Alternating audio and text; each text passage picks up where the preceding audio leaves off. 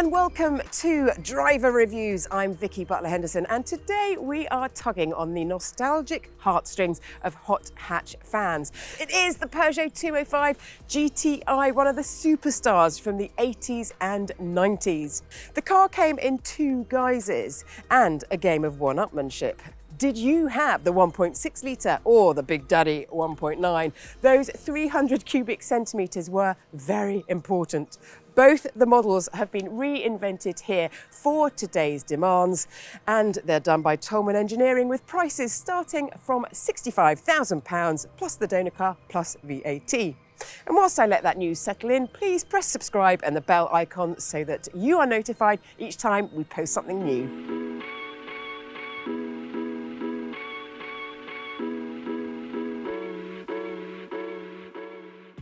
I have been so excited about driving this car because it is one of my top 3 hot hatch poster cars.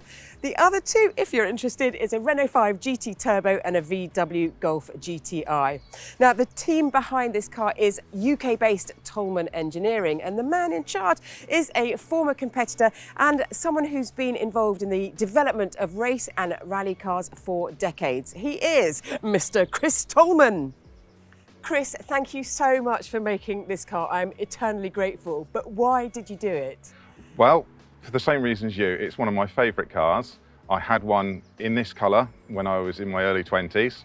I found one on eBay about 7 years ago and just put it away in a shed. We then decided as a business that we'd get it out, use it as a training exercise for the guys, because we had some new staff on board at that time, get them used to our processes.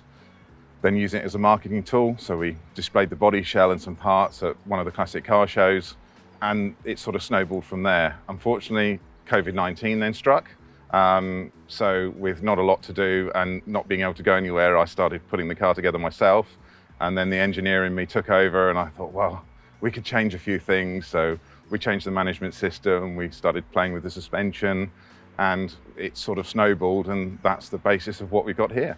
So can you tell me what the process is from taking a battered and tattered 205 and making it into something like this? So what we're doing with the customers is we ask them to provide us with a donor car, which is registered in their name, especially important when you're talking from clients from abroad. We then strip that car down to completely bare metal. We repair any rot that's in the shell at all, make it as good as it was when it came out of the factory, and then it's rebuilt from the ground up to the customer specification. So it's a completely custom build. Ironically, most of them want them to look standard. And I think that's because it's like having your favorite band. You know the songs, you know the music, but when you go and see them live, you don't want the lyrics changed or big guitar riffs. So everybody wants them to look right, feel right. They're just turned up a little bit more and work into the way today's cars are. So you can come up to it and just press your key fob, get it in, your phone's connected, it works, you've got good sound, and it's quick than it was. What about the engine? What do you do? So the engines in these cars are all built to a single specification, so they're all blueprinted. We use new pistons and conrods, camshafts, ported cylinder head, and then a modern engine management system which allows us to, apart from extract more power out of it, gives us a lot more safety features to prolong the longevity of the engine. What about the power boost? So originally a 1.6, which this car is, would be in the 115 horsepower range. This car's now 132 with more torque than the 1900. So that 40-year age gaps enable us to bring the cars up to make them just that little bit nicer. So you get this lovely, peppy, revvy engine that's really cute. And then the front suspension? We've used our racing experience to tune the dampers. We've changed the roll centers slightly. We've improved the braking, but we've really worked hard to keep that feel of a 205 and reduce some of the lift-off oversteer, which they were notorious for. And then towards the end of the car then, what about the exhaust and anything else on the exterior? So again, exterior, apart from our subtle branding that we've tried to put in place of what Peugeot had, the exhaust is quite an interesting one because we didn't want some loud, large tailpipe thing. We wanted something to look standard, and there is nothing available, so it forced us to develop our own. That had the knock-on effect of actually being a huge performance advantage. So even on a completely standard 205, if you bolt the exhaust on, it drives better and works better. But they do sound like the originals. That's the crucial thing, and not be too intrusive. What about the timescale? If I gave you a second-hand 205 today, when could I expect a Tolman edition? So we try to work on a 12-month turnaround from deposit point to work on it. We have a lot of processes in-house and various parts going through all the time, so we try to keep that within that 12-month window. Chris, what's your favourite feature? So my favourite feature, I think, is the digital dashboard that we developed on the Evo car. We wanted to be able to give a sport function like you would in a modern car. So we replicated the original dash, but again, we wound it up so the rev counter goes up to 10 now rather than the original 8. And when you press the sport button, we go to a different dashboard, which I think purists will recognise from the T16. And we can change the throttle map with that because it's all controlled within the ECU. And it just looks cool. What about the wheels and the tyres? So again, it comes with what the customers want, and most people want the standard wheels, which I think look pretty cool. We have developed our own wheel, which is in keeping with the Peugeot, which a lot of customers are now taking up on their cars. There's not really a lot on the market. The wheels are a very crucial thing, and the standard 1.9 wheel looks so good. There is another alloy wheel that a lot of people put on, but it wasn't for the 205, it was actually for the 309, and they don't, whilst they bolt on, they rub the arches, and I couldn't be doing with it. So we decided to make one that looked good, looked in keeping with the Peugeot theme, but actually fits the car without any problems. Now, I think we have to say, for anyone with super eagle eyes, that this 1.6 is actually on 1.9 wheels. You're absolutely right. This is a very late 1.6, and it actually came out the factory with these wheels on. What do you think went on there? Well, what we've discovered is there's no such thing as a standard specification. They could have anything. My old business partner bought one brand new from a dealer in London, exactly the same colour with these wheels on in the day. Thank you so much, Chris. I really appreciate what you have done. Thank you.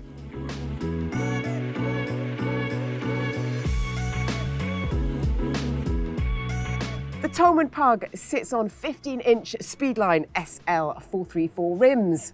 They are surrounded by Michelin Pilot Exalto PE2 tyres, which were designed to meet the needs of sporty hot hatches and were inspired by Michelin's motorsport activities. Whilst I adore everything that's been done on the outside, my trip down memory lane has been skewed off course in here because this digital dash was not in the original. However, Tolman has done a cracking job in replicating the dials. You can turn it into the dash of a T16 homologated road-going 205 at the press of a button. In fact, the tech in this display can show you anything your heart and wallet desires. The Blaupunkt stereo is a retro design, but the rest of the car is time warp perfect. There are retrimmed seats, a new carpet, and a rewrapped Alcantara steering wheel. You can personalise the interior to suit your needs and tastes, and that might include carbon panels, air conditioning and heated front seats. I would add all of those because it would make everyday driving easy. Talking of which, here is a simple key that goes into the ignition.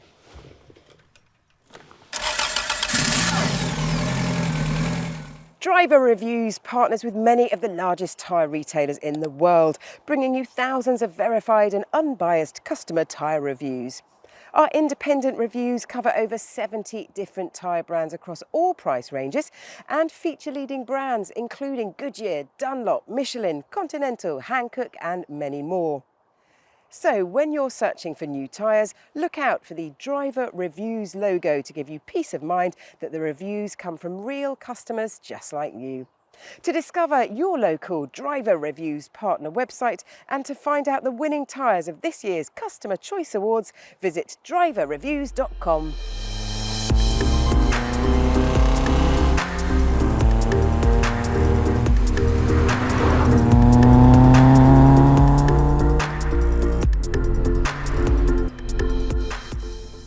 The engine is still a 1.9 litre, but instead of it having 8 valves, this one has got 16 of them. It's also got an uprated ECU, which means that it will start better when hot and cold, so that makes it easier to use all the year round. And of course, there's that bespoke stainless steel exhaust with the tailpipe facing downwards, a la the original, which sounds perfect. Power is up from around 130 horsepower to just over 200.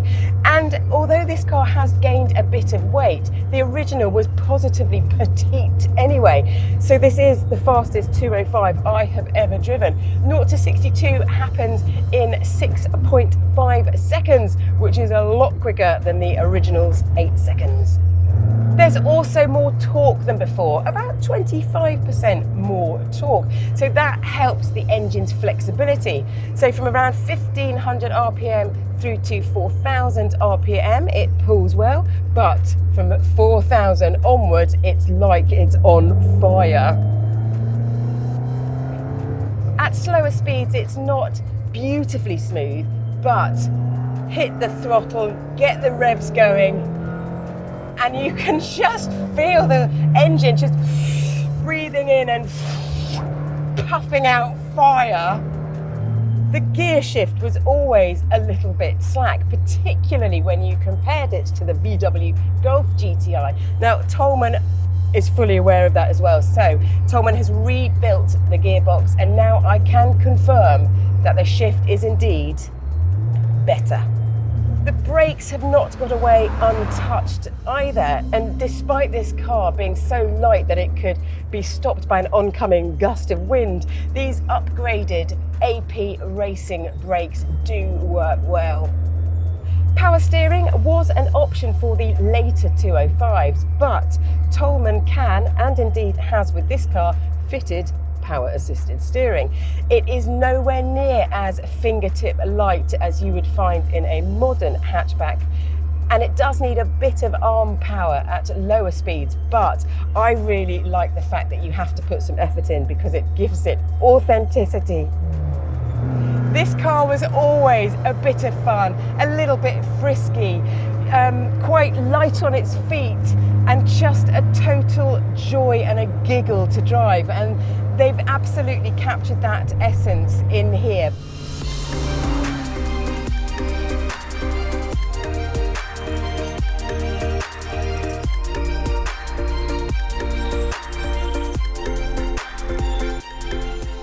My father had a 1.9 205 for a couple of years, and he said that he absolutely loved it and that it was a traffic light winner. Ooh, get him. He also said that he would love to have one again. Well, thanks to Tolman Engineering, he can have a box fresh one and a massive slice of nostalgia, albeit at a price.